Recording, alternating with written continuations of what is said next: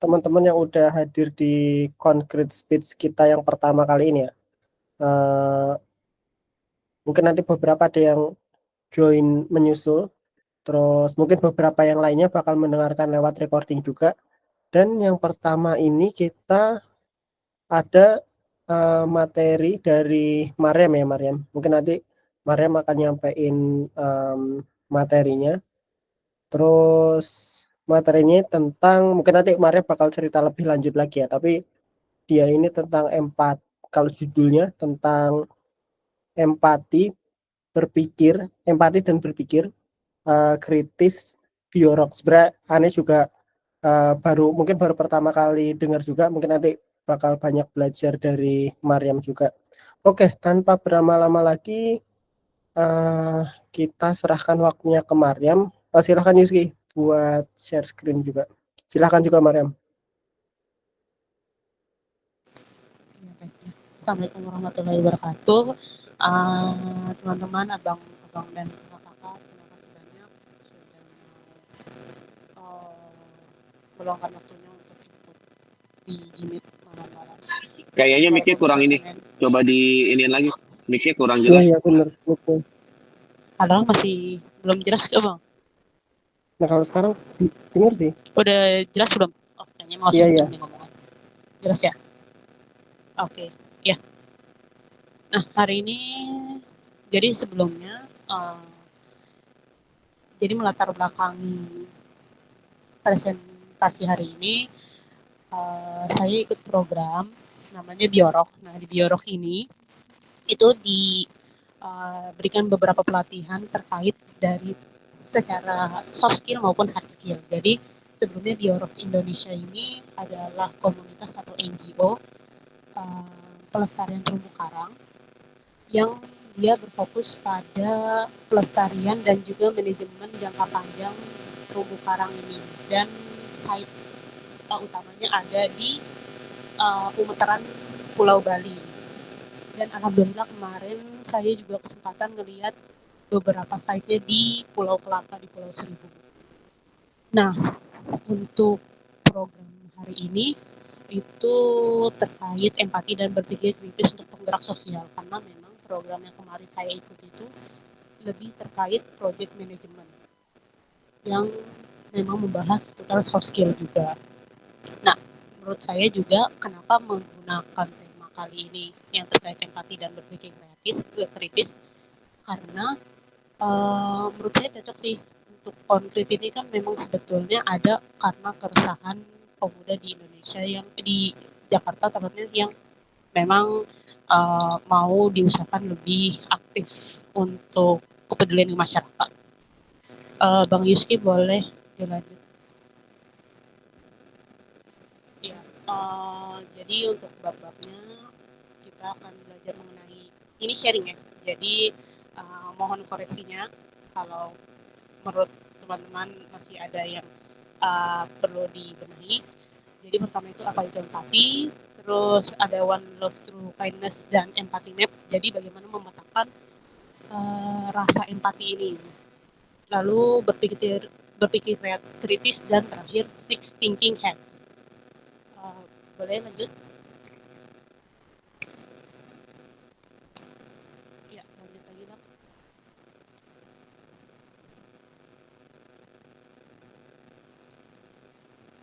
Boleh lagi next Bang. Sorry Maryam, tadi beberapa katanya ada yang bilang kalau suaranya kurang stabil.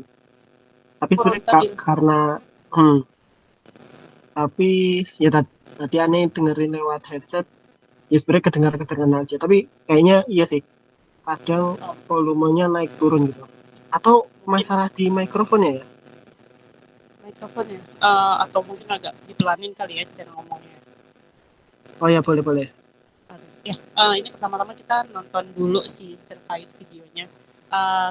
Sekitar 2 menit. Boleh di play Bang Yuski. Jadi ini didapatkan dari TED Talks. Ada suaranya juga ya.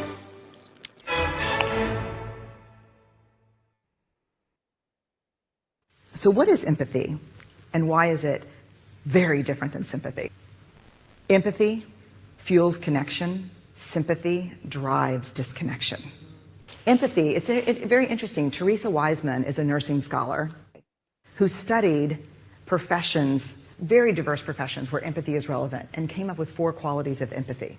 Perspective taking, the ability to take the perspective of another person or recognize their perspective as their truth. Staying out of judgment, not easy when you enjoy it as much as most of us do. Recognizing emotion in other people and then communicating that. Empathy is feeling with people. And to me, I always think of empathy as this kind of sacred space when someone's kind of in a deep hole and they shout out from the bottom and they say, I'm stuck, it's dark, I'm overwhelmed. And then we look and we say, hey, you can climb down. I know what it's like down here, and you're not alone. Sympathy is, ooh, it's bad, no, you want a sandwich? Empathy is a choice, and it's a vulnerable choice, because in order to connect with you, I have to connect with something in myself that knows that feeling. Rarely, if ever, does an empathic response begin with at least. And we do it all the time, because you know what? Someone just shared something with us that's incredibly painful, and we're trying to silver lining it. I don't think that's a verb, but I'm using it as one. We're trying to put the silver lining around it. So, I had a miscarriage. Oh, at least you know you can get pregnant. I think my marriage is falling apart. At least you have a marriage.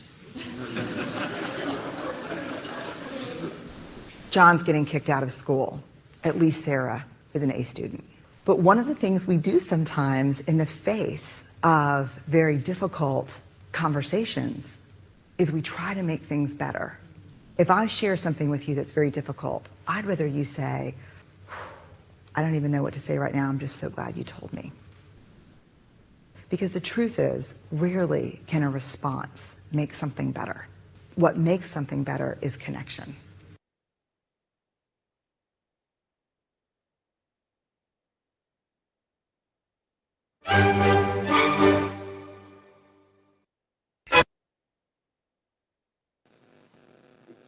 Oke, ya.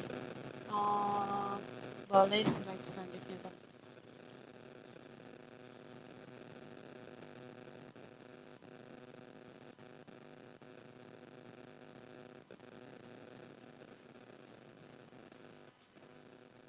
Ya, boleh slide selanjutnya, Bang.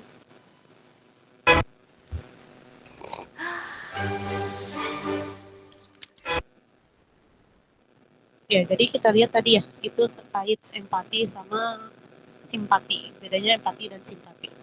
Jadi, meskipun mungkin kita tidak di situasi yang sama, tapi kita bisa mencoba menempatkan rasa yang sama dengan cara berusaha memahami.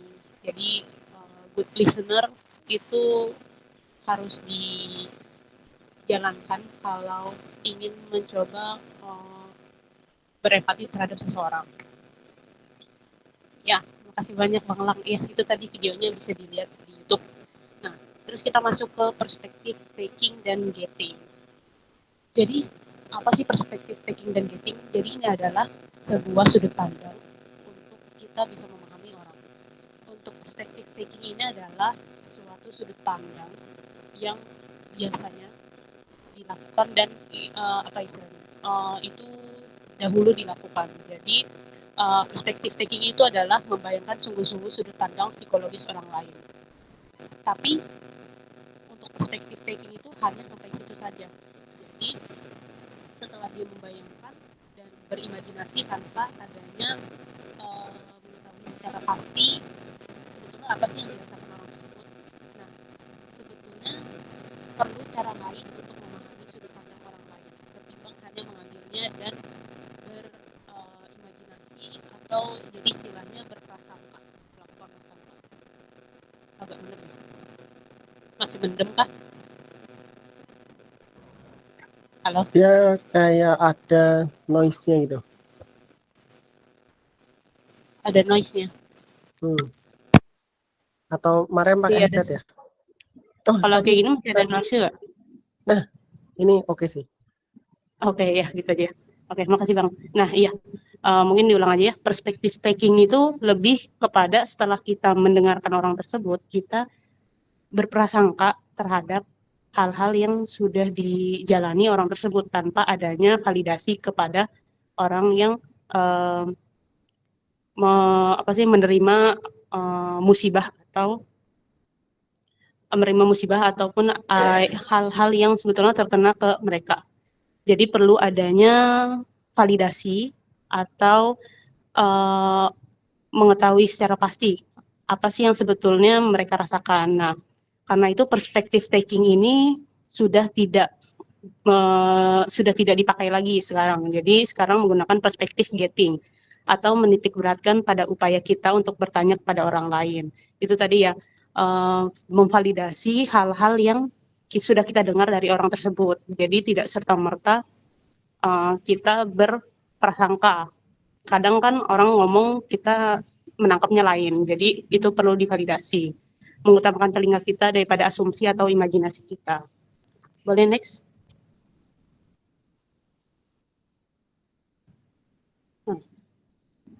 Ya, jadi kalau misalkan di definisinya itu adalah empati itu kemampuan untuk menangkap secara emosional dari apa yang orang lain rasakan atau sharing, lalu memikirkan sesuatu dari sudut pandang orang lain, atau thinking di sini mulai proses untuk berpikirnya dan menginginkan agar orang lain merasa lebih baik atau tindakannya ya, atau disebut caring. Nah ini sebetulnya nggak ada yang lebih utama atau bagaimana ya, karena ini istilahnya suatu tahapan untuk menyelesaikan sifat empati ini. Jadi pertama sharing dari orang tersebut atau dari suatu masyarakat ini berbagi perasaan emosional. Misalkan kalau di konkret mungkin di bagian pendidikan ya, kalau kita langsung studi kasus, apa sih yang di anak muda di Jagakarsa ini perlukan gitu? Apa sih keresahan mereka yang perlu kita selesaikan? Dan itu dimulai good listener. Jadi kita sebagai orang yang mungkin bisa mewadahi keresahan ini menjadi pendengar yang baik dahulu sebelum memberikan respon. Jadi kita mendengar untuk memahami, bukan untuk merespon. Nah, bentuk empati yang paling dikenal ya, yang tadi sharing ya. Dan itu sharing itu nggak cuma dari kata-kata ya. Makanya lebih baik sharing itu langsung bertatap muka. Karena dari tatap muka ini lebih memiliki banyak kelebihan. Contohnya kita bisa lihat ekspresi wajahnya itu seperti apa, lalu gerak tubuhnya, dan juga suasana hatinya. Misalkan dia lagi sedih kan mukanya nggak sambil tersenyum, itu bisa kelihatan. Dan juga orang kadang kalau tertawa itu kan tertawa nggak cuma dia merasa senang, kadang ada tertawanya tertawa pahit dan sebagainya. Nah dari sharing itu kita mulai berpikir dari hal-hal yang kita dapatkan.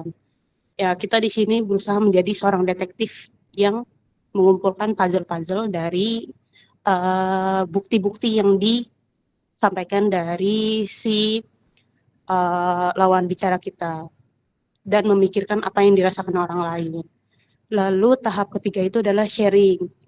Caring itu berharap orang lain merasa lebih baik dan melakukan sesuatu untuk mewujudkannya. Jadi tergantung kayak orang gini, misalkan dia mau curhat. Nah biasanya kita bisa nih nanya dulu, kamu mau curhat itu untuk didengarkan aja atau untuk diberikan solusi. Kadang ada orang yang pengen didengarkan aja, kadang ada juga kayak mungkin butuh didukung kayak, oh gue lagi sebel nih sama orang, terus kita responnya jadi kayak, oh iya nih gue juga sebel nih sama orang gitu-gitu. Nah itu tergantung dari si curhat yang mau curhat ini maunya seperti apa. Nah itu didasarkan dari compassion. Jadi empati ini yang menghasilkan tindakan kebaikannya. Boleh next? Ya. Nah di sini cara mulai kita mencoba membuat empati ini. Kadang kan sifat empati itu nggak semua orang punya. Itu bukan berarti orang tersebut dingin. Kadang-kadang ada faktor keluarga atau faktor lingkungan yang membuat sifat empatinya tuh tidak berjalan seoptimal orang lain. Nah, tapi sifat empati itu sebetulnya bisa dibentuk. Caranya gimana? Caranya kita lihat di empathy map ini. ada 7, ini bukan tahapan ya, ini 7 poin. Pertama itu kamu sedang berempati dengan siapa. Jadi di sini adalah kita membuat pertanyaan-pertanyaan berdasarkan 7 poin ini. Jadi ada berdasarkan goalnya, seperti kamu sedang berempati dengan siapa orangnya, apakah orangnya tersebut misalkan ibu-ibu yang berumah tangga, mungkin dia stres karena dia tadinya wanita karir terus pindah jadi ibu berumah tangga, atau justru kebalik, mungkin misalkan dia anak yang biasanya kuliah terus lulus kuliah ternyata dunia kerja tidak semudah saat dia kuliah. Itu perlu dicek latar belakangnya. Nah, itu dimasukkan di pertanyaan nomor 1. Terus apa yang harus mereka lakukan? Yang jadi dari permasalahan ini mereka tuh pengennya apa yang ekspektasi yang mereka harapkan dari sebab-sebab ini. Nah, terus kita mulai menggunakan panca indera. Tadi kan itu di bagian pikiran kepala ya. Terus kita lihat di bagian indera penglihatan misalkan. Nah, terus kita coba cek di yang terlihat. Biasanya mereka ini di lingkungannya ngelihat apa. Dari situ kita bisa lihat kalau orang ini memiliki pemikiran tuh dasarnya lingkungannya seperti apa. Misalkan ternyata misalkan itu kalau orang ada kelihatannya kok orang pelit banget ya ngeluarin duit nggak mudah gitu. Oh ternyata dia di keluarganya itu melihat bapaknya memang orangnya sangat hemat gitu. Jadi bagi orang-orang kayak kita kelihatannya pelit padahal mungkin dia hemat dengan diri sendiri gitu. Terus apa yang mereka katakan. Yang keempat, apakah mereka sudah apa yang sudah kamu dengar dari mereka. Jadi perkataan-perkataan seperti ini juga dipikirkan. Dan itu kalau misalnya kita buat nanti dalam bentuk empathy map, dia itu jadi bentuknya quotes. Jadi jangan diparafrase sesuai yang kita tangkap, tapi sesuai apa yang mereka katakan. Karena dari bentuk asli yang mereka katakan itu bisa kita lihat mungkin hal-hal yang masalah-masalah yang mereka hadapi. Lalu yang kelima itu yang mereka lakukan, biasanya sehari-harinya mereka ngapain, terus kebiasaan-kebiasaan mereka. Lalu yang keenam, menggunakan indera pendengar. Bisa kalian tanya apa namanya, misalkan orang ini mendengar dari orang lain seperti apa dan sebagainya. Terus yang terakhir 7 itu mereka rasakan dan pikirkan. Nah, mereka tuh rasakan apa sih dari masalah-masalah ini? Apakah kesulitan dari mereka tuh yang mereka rasakan tuh kesulitannya apa? Apakah misalkan mereka sandwich generation terus udah mau lulus kuliah jadi kepikiran nanti kerjanya gimana ya gitu-gitu. Itu bisa masuk. Terus memang dari masalah ini tuh sebetulnya mereka pengennya apa sih? Itu bisa juga dituliskan. Boleh next. Nah, lalu kita masuk ke berpikir kritis. Jadi berpikir kritis ini enggak seberat yang mungkin orang-orang pikirin ya, kayak berpikir kritis hanya untuk orang-orang yang melek politik atau orang-orang yang anak abah misalkan gitu. Tapi sebetulnya berpikir kritis ini di setiap lini ada. Jadi berpikir kritis ini sejatinya memang harus selalu dipakai karena apapun yang tindakan sekecil apapun yang kita lakukan atau keputusan apapun yang kita putuskan itu harus dipikirkan matang-matang agar nantinya tidak menjadi kekecewaan. Boleh next.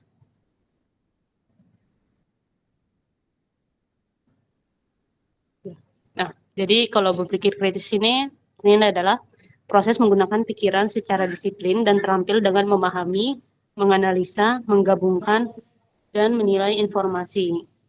yang didapat dari pengalaman, pemikiran, dan pengamatan yang bertujuan untuk membantu dalam pengambilan keputusan dan menentukan tindakan apa yang terbaik yang harus dilakukan. Boleh next.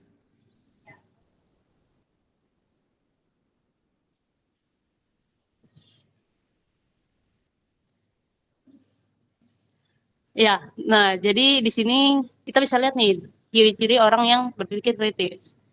Pertama, dia yang selalu mengajukan pertanyaan. Jadi misalkan ada suatu hal, dia berpikir itu, otaknya memproses bahwa kenapa begini ya, kenapa begitu ya. Oh, kenapa sih zebra cross garisnya horizontal gitu, kenapa nggak vertikal, misalkan gitu. Lalu dia mulai memasukkan masalah-masalah. Dan yang ketiga, menguji bukti. Jadi setelah dia cek masalah, mungkin zaman sekarang enak ya. Kalau kita bingung, kita bisa tanya langsung ke Google. Kalau zaman dulu kan mungkin kalau bingung dia harus ke perpustakaan, mencari dari jurnal yang berpuluh-puluh halamannya dan sebagainya. Nah kalau sekarang enak, misalkan ya kita lihat, misalkan lupa nih, oh siapa sih yang menemukan teori gravitasi, bisa langsung dicek di Google dan sebagainya. Lalu yang keempat, menganalisis asumsi dan bias. Jadi asumsi-asumsi yang kita dapatkan dari bukti atau masalah-masalah yang didapatkan. Iya, apa namanya, itu kita asumsikan gitu. Lalu yang kelima, menghindari pertimbangan berbasis emosi atau perasaan. Nah, jadi kadang emosi itu kan dan perasaan tiap orang berbeda-beda. Karena itu kita butuh evidence base berdasarkan mungkin dari peneliti yang memang expert di sana sudah melakukan penelitiannya dan sebagainya. Oke, lanjut dulu ya. Lalu yang keenam, menghindari penyederhanaan yang berlebihan. Karena tadi ya, penyederhanaan itu kan kadang dasarnya dari emosi atau perasaan, yang tiap orang, perasaan itu berbeda-beda tiap orang. Lalu yang ketujuh, mempertimbangkan interpretasi orang lain. Jadi kita juga bertanya dari sudut pandang orang lain itu bagaimana sih.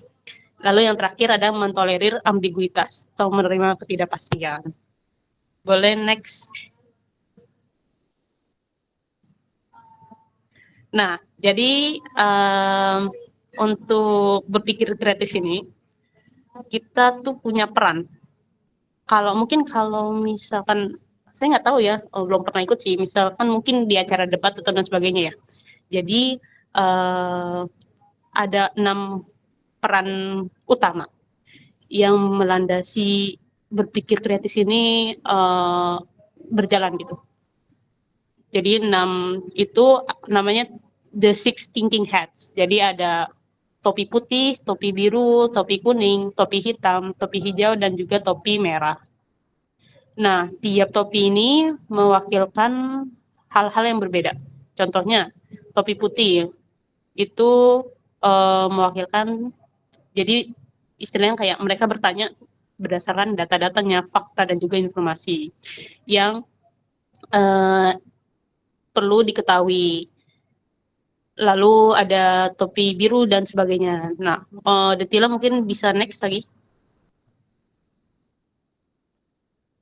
Jadi sebelumnya topi-topi ini bisa dipakai teman-teman kalau memang ada suatu permasalahan nih di contohnya misalkan di komunitas gitu ya, yang sulit dipecahkan. Nah, tiap orangnya mungkin bisa menggunakan topi yang berbeda. Jadi secara keseluruhan semua problem, semua aspek, semua faktor itu bisa terpenuhi gitu. Contohnya misalkan topi putih. Nah, dia bertanya menggunakan fakta dan data. Jadi ya evidence based tadi ya. Apa sih informasi yang kita miliki? Data-data apa yang masih dibutuhkan? Lalu dari mana informasinya dan sebagainya. Lalu untuk topi merah ini lebih ke perasaan dan juga respon. Jadi lebih ke emosi dan intuisi. Nah, gimana sih kalau perasaan saya terhadap situasi ini? Misalkan kalau dari sudut pandang si A mungkin, oh ini udah optimal nih keputusannya, tapi sudut pandang B, oh ternyata solusi ini tidak bagus kepada masyarakat ini, karena dia berdasarkan dia itu menggunakan empati tadi ya. Jadi menggunakan empati ini bisa kita ketahui bahwa masyarakat ini mungkin nggak cocok dengan solusi ini. Terus ada topi hijau, itu lebih kreativitas dan suatu hal yang out of the box, seperti solusi yang kreatif yang bisa dicoba bagaimana. Terus dari sudut pandang terbarui, karena pasti selalu ada inovasi ya.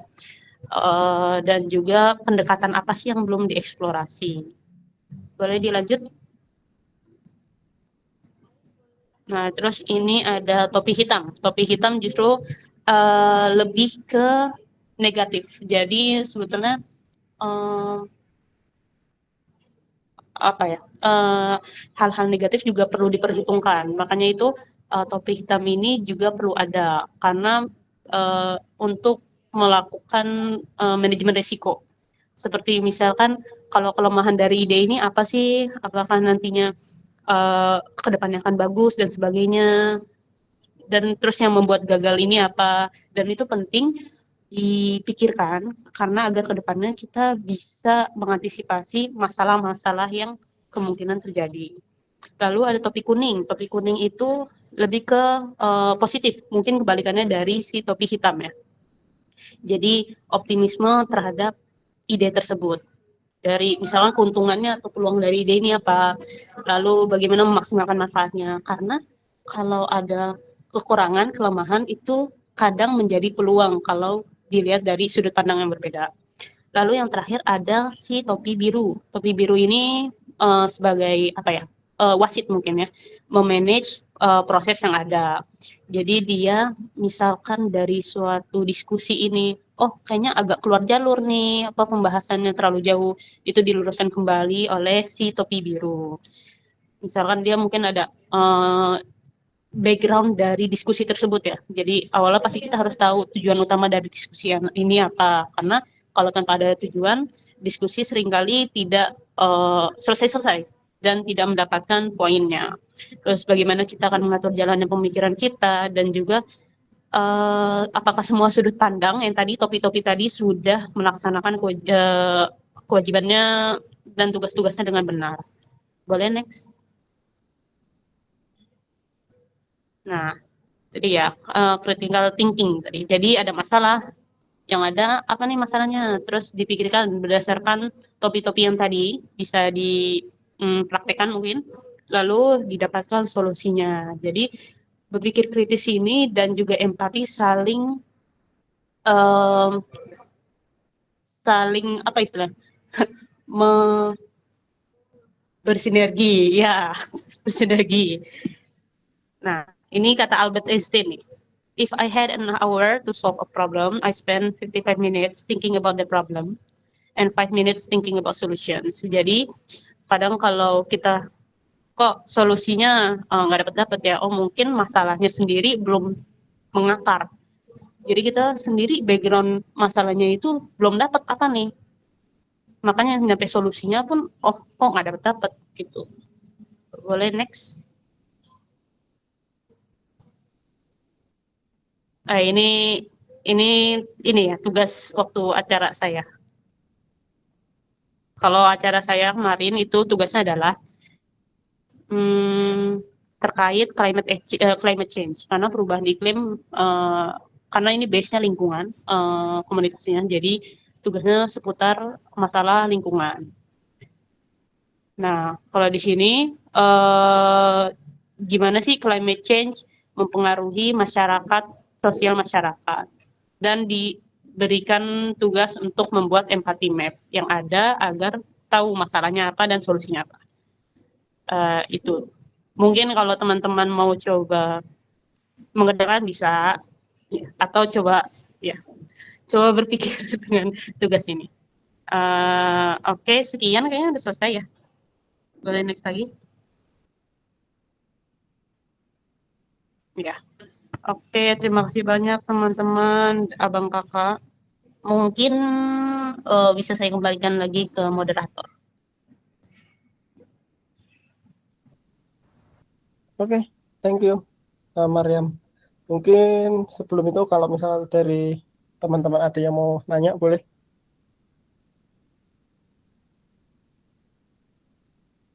Ada? Kalau nggak ada, oke. Berarti ini tadi Maria, Moderator kasih kesimpulan dulu. Sebenarnya bagus topiknya. eh, Direlatin sama konkret ya. Jadi ini coba coba, dikasih POV masing-masing. Itu sebetulnya ada POV yang bagus gitu buat problems existing konkret sebetulnya. Bisa ya, diadopt gitu. Kalau hmm, perlu ya nanti di challenging dari situ buat jadi turunannya seperti apa gitu. oke. Kalau yang dari Ane tadi nangkep ya, dari yang Mariam ini kan tentang empati dan berpikir kritis gitu ya, Bayorok. Nah, ini itu mungkin nanti teman-teman bisa baca lagi di PPT-nya. Nanti kita share juga PPT Mariam, terus recordingnya juga. Jadi dari sini eh, ada beberapa hal kalau kita hubungi sama konkret juga ya. Jadi em, selain kita em, kita berhubungan sama diri kita juga apa ya? Ibaratnya kita perlu tahu orang lain itu seperti apa gitu. Karena di sini mungkin ada empathy map juga tadi ya yang di sharing sama Mariam juga. Jadi em, kalau kita ngomong empathy kan dia kalau di sini Mariam nulisnya ada 3, ada sharing, thinking, sama caring gitu kan. Jadi kayak ya berbagi rasa antar satu sama lain, terus memikirkan, kalau kita ngomongin thinking berarti memikirkan apa yang dirasain sama orang lain. Terus kalau kita ngomongin caring berarti bentuknya biar bisa jadi tindakan kebaikan gitu. Jadi yaitu 3 hal yang tadi Ane simpulin di yang bagian empatinya ya. Jadi ya mungkin kalau kita mau relatin di konkretnya, karena kita juga ada banyak orang dan banyak bidang di sini, kadang kita juga perlu ada rasa empati ini nih. Jadi misal ada bidang lain yang mungkin dia ngerjain satu proyek atau satu proker gitulah. Kita juga mungkin perlu uh, nggak harus selalu nunggu disuruh sama orang lain gitu. Jadi kalau kita mau nerapin yang empathy ini, ya kita bisa nawarin diri gitu ke teman-teman kita yang lain gitu. Apakah mungkin ada bantuan, ataukah mungkin kita bisa langsung ngasih masukan atau ngasih saran gitu, dan seterusnya gitu. Terus tadi yang kedua kan tentang berpikir kritis ya. Ini ada pembagian topi ya. Ini ini lebih ke diri kita ya. Jadi mungkin ini masih relate juga sama empathy juga ya. Jadi ketika kita ketika kita coba untuk memahami orang lain, eh, salah satu hal yang bisa kita kasih kan kayak masukan atau saran gitu. Nah itu juga perlu kita untuk berpikir kritis gitu. Kira-kira kalau kita ngasih saran, baiknya itu gimana, disesuaikan sama si kepribadian orang tersebut gitu, atau kondisi orang tersebut gitu. Ya mungkin kalau di sini ada 8 ciri orang yang berpikir kritis gitu ya, dan seterusnya. Mungkin itu sih kalau dari Ane ya. Mungkin dari teman-teman nanti bisa nyimpulin yang beda juga. Itu mungkin. Oke, ada pertanyaan kah? Boleh nih. Ayo tanya, bagus ini.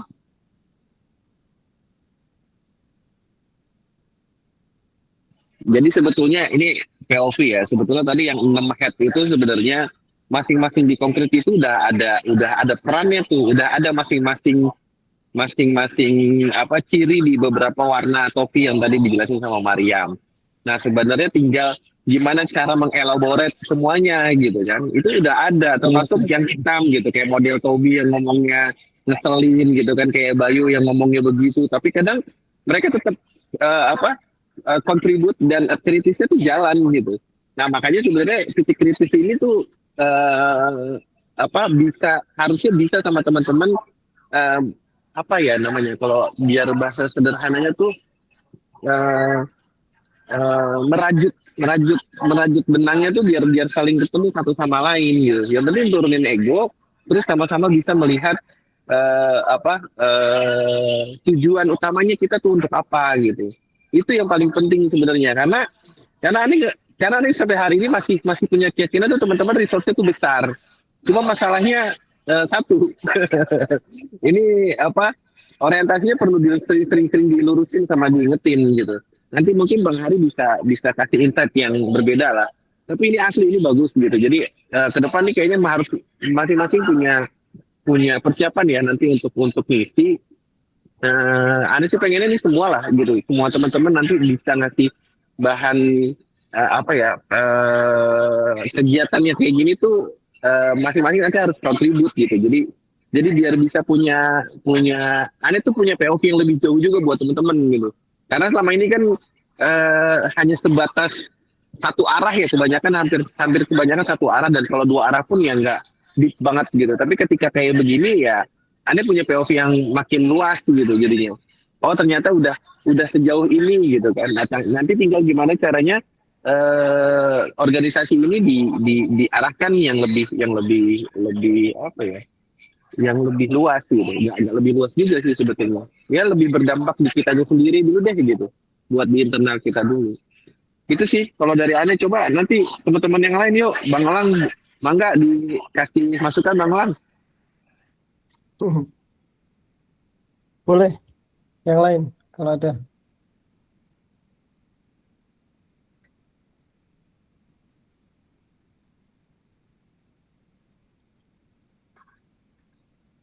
Untuk PPT-nya udah aneh share ya di grup kalau misal teman-teman mau baca ulang.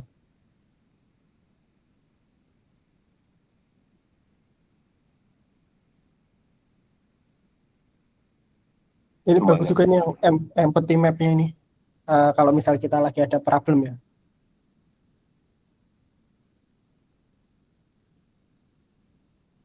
Gimana sih tadi?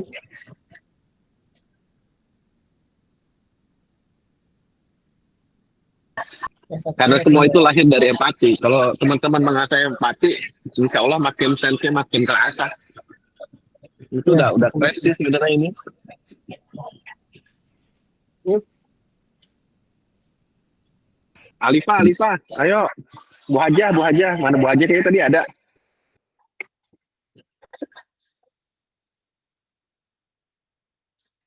Ini bahasa simpati sama empati aja sebenarnya udah bisa diambil insight sendiri.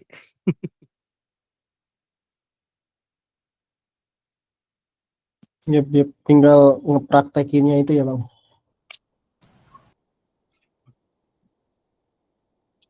Tes. Nanya dong, nanya.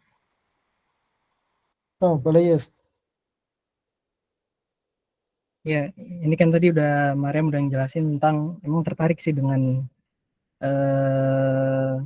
yang 6 topik ini gitu. Tapi kan kebanyakan dari kita kan terkadang buat melihat diri sendiri aja kan sulit gitu. Sulit untuk melihat diri sendiri. Contoh kayak Tobi. Tobi nggak tahu dirinya kayak gitu. Atau Bayu nggak tahu dirinya kayak gitu. Atau Satria nggak tahu dirinya tuh out of the box gitu. Jadi kan memang perlu ada orang yang istilahnya menunjuk gitu, atau adakah cara bagaimana kita bisa melihat diri kita itu termasuk ke dalam bagian yang mana gitu, ataukah nanti kita dengan sistem ya karena kita belum bisa menilai diri sendiri ya dinilai oleh orang lain atau seperti apa untuk menentukan 6 topik tadi. Iya, ya bahasanya lebih apa ya kalau out of the box tuh lebih keren aja. Jadi pertanyaannya gimana Bang? Ya bagaimana cara menentukan 6 topik itu? Apakah dengan cara ditunjuk oleh orang lain ataukah kadang kan sulit juga untuk memahami diri sendiri gitu kan, untuk menentukan kita ada di posisi apa. Oke, ya, dapat. Ya, jadi sebetulnya sih ya, untuk Six Thinking Hat ini lebih ke peran, jadi bukan karakter sih. Mungkin karakter bisa juga, tapi ini sejatinya lebih ke peran kalau saat itu kita mau membutuhkan solusi dari masalah yang sedang dibicarakan. Kalau untuk sifat, ya setelah Bang Yuski ngomong itu, saya jadi kepikiran sih, mungkin itu juga bisa jadi sifat dasar tiap orang. Misalkan kayak tadi Bang Bang Yuski bilang kayak, oh ya misalkan Bang Tobi kayaknya lebih ke topi hitam gitu misalkan, uh, atau gimana dan sebagainya, atau mungkin Bang Yuski lebih ke topi hijau atau topi biru gitu. Tapi kalau di konteks di PPT ini lebih ke peran tiap orang, atau misalkan ada satu orang aja untuk menyelesaikan masalah simpel. Misalkan masalahnya ada ibu-ibu nih, misalkan anaknya nggak mau makan. Nah, itu mungkin bisa pakai Six Thinking Hat. Jadi dia segala sudut pandang, oh nih anaknya kenapa nggak mau makan? Mungkin tadi habis makan siang, itu datanya mungkin itu ya topi putih. Terus topi hitamnya mungkin oh kalau nggak mau makan sakit ya, kalau sakit gimana, itu mungkin ke situ. Jadi kalau misalkan yang tadi saya sebutkan lebih ke role atau peran tiap orang atau mungkin satu orang agar solusinya bisa didapatkan dari segala sudut. Itu sih Bang. Nangkep nggak maksud saya? Nangkep kok, nangkep. Soalnya nangkep. Cuman POV-nya sebenarnya bisa diluasin lagi, Mariam, secara problem. Secara intinya sebenarnya bisa diluasin gitu kan. Anda nggak lihat banget ini, cuman nah, ini POV-nya Mariam, makanya ini sebenarnya masalah mengasah critical thinking-nya kita nih di sini nih. Nggak apa-apa, jadi bahan untuk tumbuh. Sebenarnya POV ini bisa dinaikin lagi lebih luas, bisa ke organisasi, bahkan ke masalah sebuah apa ya, apa namanya, kenegaraan juga bisa sebetulnya. Ini sebenarnya ada buku lagi sebenarnya, kalau kalau di buku yang sebelah nih Anda tahu nih bukunya, cuman kita pakai ini aja dulu. Nanti sebenarnya ada pembandingnya sebenarnya untuk dibahas lebih jauh sebenarnya. Tapi dari sini aja dulu kita angkat biar teman-teman ini isinya udah bagus. Nanti sebenarnya topik ini bisa dipakai nanti buat acara 5-6 Juli kita nih, Sat, gitu. Sebenarnya nanti masing-masing orang sebenarnya bisa di assessment nih. Ini bisa di follow up dengan assessment sebetulnya. Nah, assessmentnya di situ nanti yang jadi rekomendasi buat lanjutan peran-peran setiap orang ini nanti yang bisa dijadikan dasar untuk ke depan gitu. Ya dengan masing-masing karakternya, dengan masing-masing sifatnya, tapi perannya itu yang paling penting. Gitu. Itu sih kalau dari aneh. Nih Alifa, Bu Haja ngomong dong, Bu Haja. Aduh, Bu Haja nih nantinya di chat aja nih Bu Haja. Mar. Iya Bang, kenapa Bang? Saya mau nanya Mar. Gimana Bang? Ini kan ada 8 ciri orang yang berpikir kritis ya. Nah, kadang saya suka merefleksikan diri gitu. 8, bacanya bukunya lagi. Oh ya, coba. Ya, terus gimana? Itu. Nah, jadi kadang saya inilah tadi saya ulangi, merefleksikan diri gitu.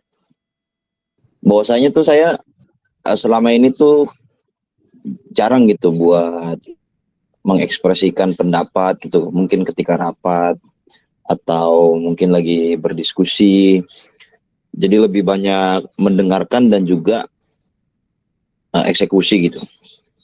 Nah, apakah ini sesuatu yang harus diperbaiki atau dia masuk dalam kategori top yang mana nih diri saya ini? Iya, oke. Gimana ya? Bentar. Ini kan sharing aja ya. Kalau saya sih mikirnya gini ya. Iya, kalau saya mikirnya gini sih ya. Mungkin dari Abang kenapa nggak memberikan apa tadi respon ya, jarang berpendapat mungkin, berpikir kritisnya belum semuanya terproses gitu. Kayak tadi mungkin bisa dicek secara manual, atau itu tadi empathy map-nya bisa langsung gitu. Jadi kayak misalnya kita lagi ngobrol apa, secara masalahnya apa, nah itu bisa di-fisik secara manual gitu. Karena tadi kan saya bilang mungkin nggak semua orang memiliki empati yang sama gitu, standar empati yang sama. Tapi kalau dari saya pribadi sih, misalkan memang nggak ada pertanyaan-pertanyaan di dalam pikiran, ya memang nggak berpendapat sih. Nah, terus mungkin kata Pak Alifah, kurang main, jauh kayaknya, kurang jauh main.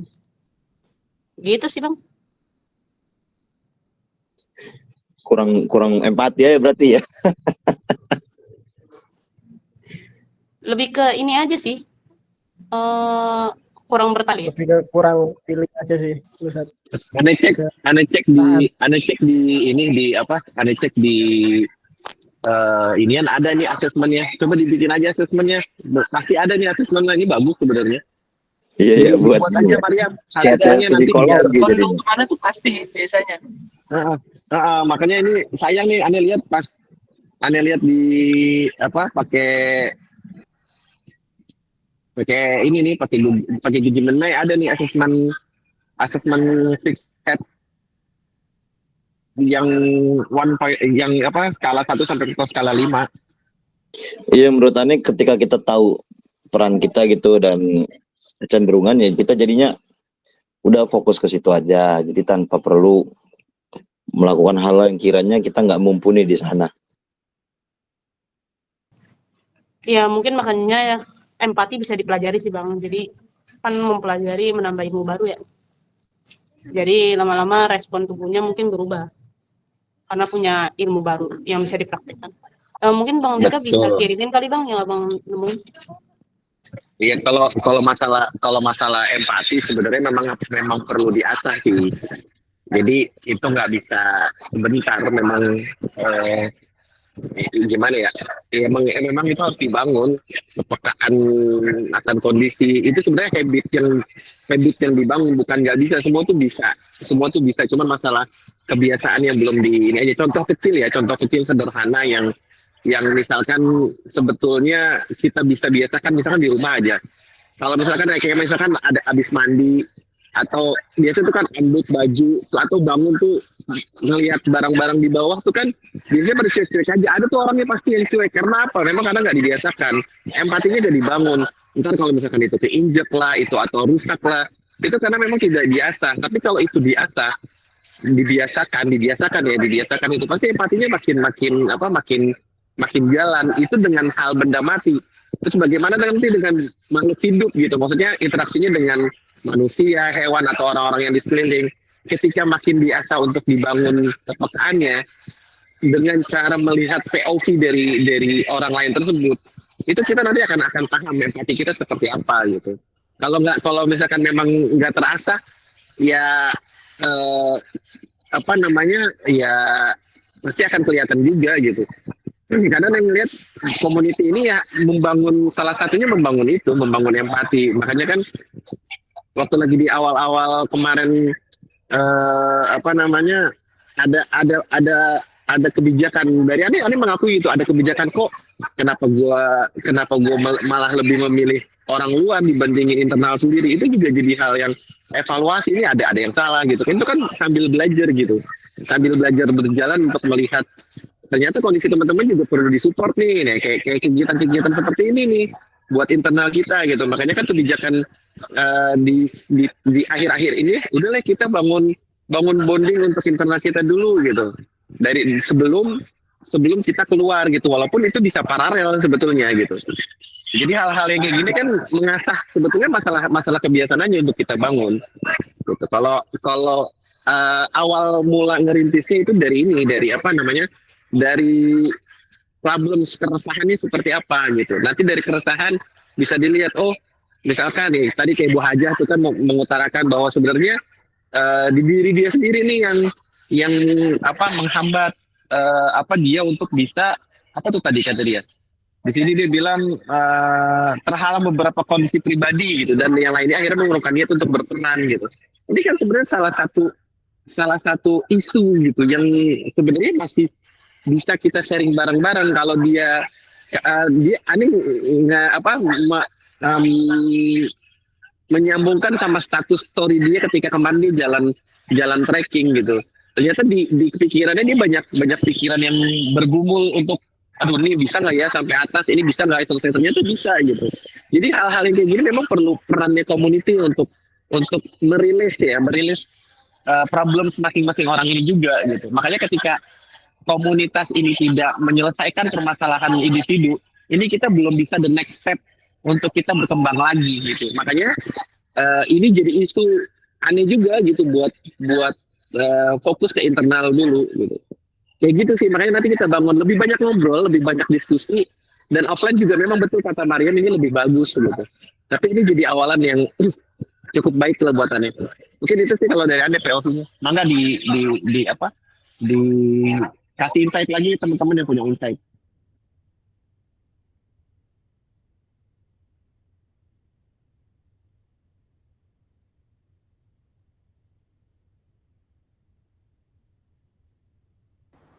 Kalau ngomongin organisasi atau berkelompok ini emang empati itu kunci banget sih ya.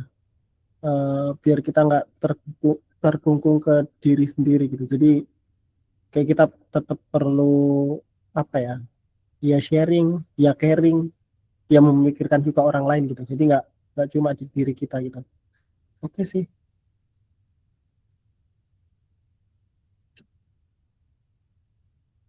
Boleh sedikit ya.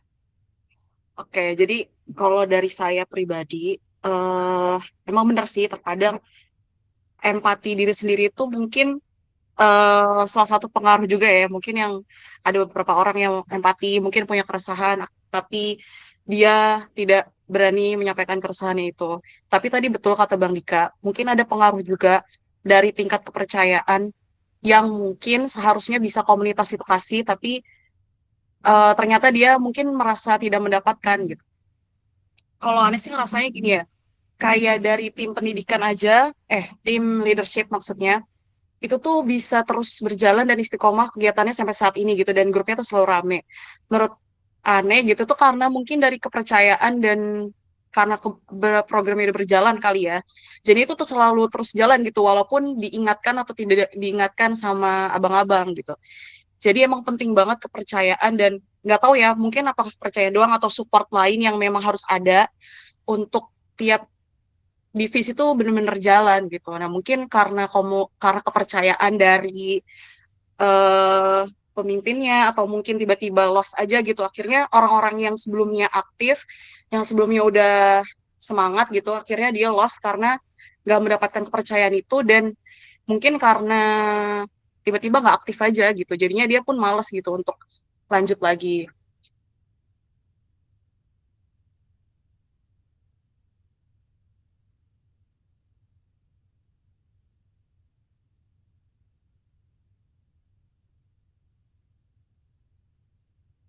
Emang harus kudu duduk bareng sering ngobrol kita tuh.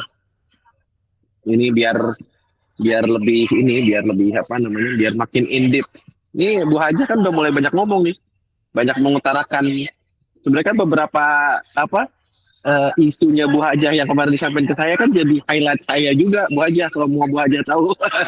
Kadang-kadang oh iya ya, ada yang nggak ada suara yang tidak terdengar ternyata punya keluhan gitu kan. Akhirnya saya evaluasi juga nih ke diri saya sendiri gitu, nggak apa-apa. Tapi kan ini kan masalah apa ya, masalah interaksi kita yang masih sedikit lah. Tapi kan ya terus beradaptasi gitu. Jadi kan ya salah satunya ya 5-6 Juli itu ya mengakomodir Bu Haja sebetulnya. Masih terutang budi nih, terutang budi, terutang janji. Wajib datang. Kerjain Sat. Memang Jangan sampai mundur lagi tuh Bu Haja protes tuh. beradaptasi. Nggak besok mau rapat Saya lagi. tanya ibu saya dulu. Iya betul Bang, emang beradaptasi sih. Sebetulnya emang harus dua sisi. Mungkin eh kayak kita juga nggak bisa nuntut sih untuk komunitas tuh selalu memberikan, tapi dari kitanya juga yang harus beradaptasi gitu. Kalau kita malu ya coba keluar dari zona nyaman. Kalau prinsip aneh nih balik nih, ini prinsip aneh ya. Kalau prinsip aneh sih, ya gue nggak peduli lah orang masih balik ke gue aja seperti apa gitu. Tapi apa yang bisa gue berikan ke orang lain atau ke community itu aja. Sesederhana itu, karena kalau kita ngarepin feedback itu bakal kecewa terus. Gitu. Jadi kalau misalkan teman-teman ngelihat misalkan ngejalanin sesuatu nih, kok mereka nggak care lah atau kok mereka begini atau kok gue gini, itu pasti akan menghambat kita untuk terus berkontribusi dan berbuat kebaikan gitu. Jadi makanya kalau aneh sih POV-nya udah pokoknya gue bisa give sebanyak-banyaknya, kurangi masalah ekspektasi untuk dapat baik dapat timbal balik gitu dari orang ke kita. Timbal baliknya itu bonus lah, yang penting kita terus berikan gitu aja.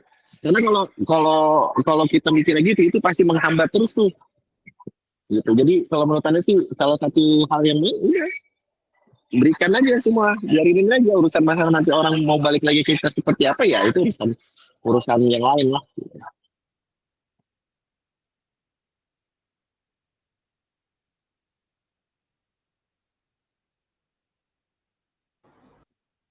Oke. Sebenarnya dengan adanya space kayak gini tuh ya termasuk yang 5-6 besok itu ya, meningkat bisa ya kita bisa meningkatkan ini sih, terutama meningkatkan komunikasi, harapannya juga empati tadi itu, simpati dan seterusnya gitu. Jadi ya mungkin kalau tadi Bu aja jarang ngomong, mungkin karena ada space ya dan nggak cuma Bu aja ya, nggak cuma Alifah doang maksudnya, mungkin dari Ane atau yang lainnya kadang mau ngomong tapi nggak bisa, ya mungkin karena space-nya itu nggak ada gitu. Makanya kita nyoba membuat space seperti ini biar ya siapa tahu nanti di concrete speech yang lain nanti teman-teman ada yang mau mengutarakan pendapatnya, insight-nya, ataupun ya siapa tahu ada yang ngusulin ya ide juga, itu possible banget sih.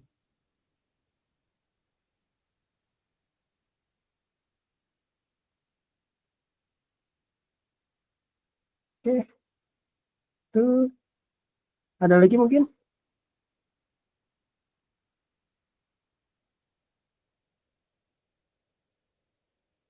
Kalau nggak ada atau mungkin sambil nunggu juga, Ane izin share dikit. Tapi tadi thank you untuk Mariam ya atas materi pertamanya. Ini Ane izin share sedikit, mungkin nanti kalau misal teman-teman ada mau share insight yang lain juga boleh. Terkait sosialisasi yang concrete space ini. Nah ini kebetulan kan kita baru pertama kali ini ya di malam ini dan malam ini oleh Mariam ya. Nah harapannya di concrete space ini kita bisa saling sharing gitu sih. Kalau tagline-nya sih berbagi dan menginspirasi ya. Jadi di concrete space ini niatnya adalah kita ngebuka untuk teman-teman konkret ini biar satu sama lain tuh ya setidaknya kita punya punya concrete time gitulah. Jadi punya waktunya konkret gitu.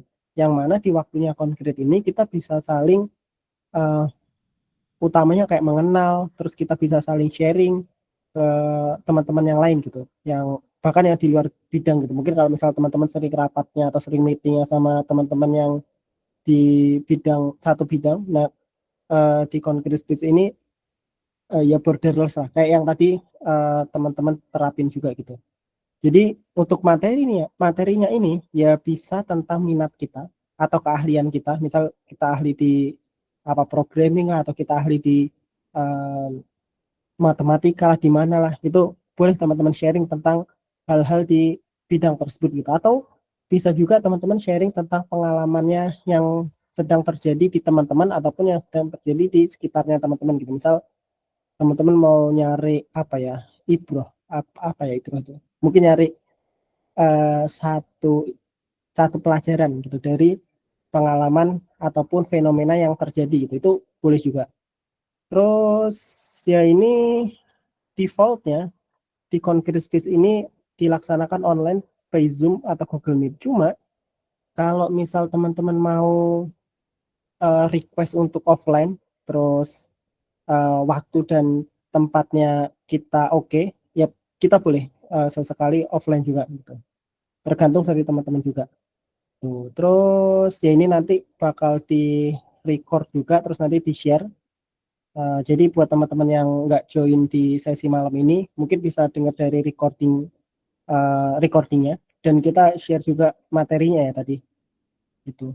Ini tujuannya untuk ningkatin skill dan kemampuan di internal Concrete itu sendiri, nambah portofolio baik untuk kita pribadi maupun organisasi ya. Terus nambahin ilmu pengetahuan, mungkin kayak tadi nih, dari Ane kan baru tahu beberapa hal tentang yang empati dan berpikir kritis Biorok ya. Mungkin nanti teman-teman juga bakal dapat knowledge atau pengetahuan baru dari sharingnya teman-teman yang lain gitu. Terus yang terakhir, ini mungkin yang penting juga, ningkatin bonding internal kita gitu. Ini targetnya harapannya sih bisa semuanya ya. Di anggota Concrete kurang lebih 34 kalau nggak salah, atau mungkin bisa lebih kali ya. Kalau misal kita adainnya bi-weekly atau 2 minggu sekali, mungkin kita butuh waktu sekitar 17 bulan untuk satu kali putaran gitu. Gitu. Terus ya mungkin nanti kita tetap reminder ke teman-teman sih. Untuk teknisnya kayak tadi, kita pakai Zoom atau Google Meet, terus nanti dari tim pendidikan ada petugasnya gantian juga. Terus formasinya 1 bulan, harapannya 2 materi dari 2 orang yang berbeda, durasinya sekitar 30, 45 dan seterusnya. Terus ya recordnya ini bakal di share. Nah untuk flow-nya ini yang penting teman-teman, harapannya teman-teman nanti kalau buka link ini ya, link sosialisasi ini ya, ini bakal ada formnya. Nah di Google Form ini harapannya teman-teman bisa ngisi juga sih tentang ya namanya, emailnya, terus bidangnya apa, terus materi yang mau di share tuh apa gitu. Boleh tema singkat, contoh misalnya kayak belajar prompt AI yang efektif, hikmah dari film Jumbo dan seterusnya, atau misal teman-teman mau ngisi deskripsi lengkap tuh boleh juga. Terus pilihan hari mau kapan, pilihan waktu juga mau kapan, ini online atau offline gitu. Itu doang sih. Terus nanti setelahnya baru dari kita tim pendidikan yang akan bagiin jadwalnya, terus nanti teman-teman perlu untuk membuat materinya terus diupload ke Google Drive ini. Ini Google Drive yang sama kayak yang Ane share di grup. Ini udah ada punya Mariam ya. Pertama Bang Javas, punten. Ya maaf motong bentar. Boleh nggak dari Bang Yuski share lagi, terus kita kayak membuat dokumentasi, soalnya sebetulnya ini tugas juga ke pelatihan saya. Boleh itu mah. Iya. Tadi ini sempat share screenshot juga sih, tapi bukan yang ini. Maksudnya sambil dibuka on cam aja. Oke, boleh. Boleh teman-teman yang bisa on cam. Oke. Ini dari Ane juga udah cukup ya. Jadi nanti Ane share linknya. Terus kita kembali lagi ke Mariam. Ya, Bang Yuski minta tolong. Ya.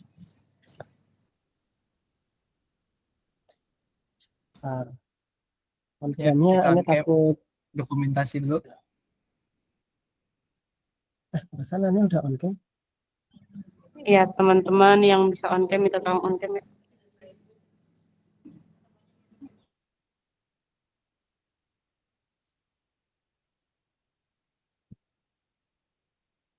Udah. Ya, 1, 2, 3. Oke. Oke, Mariam. Ya. Terima kasih banyak. Oke, thank you teman-teman. Nanti link-linknya akan Ane share juga. Thank you, Mariam.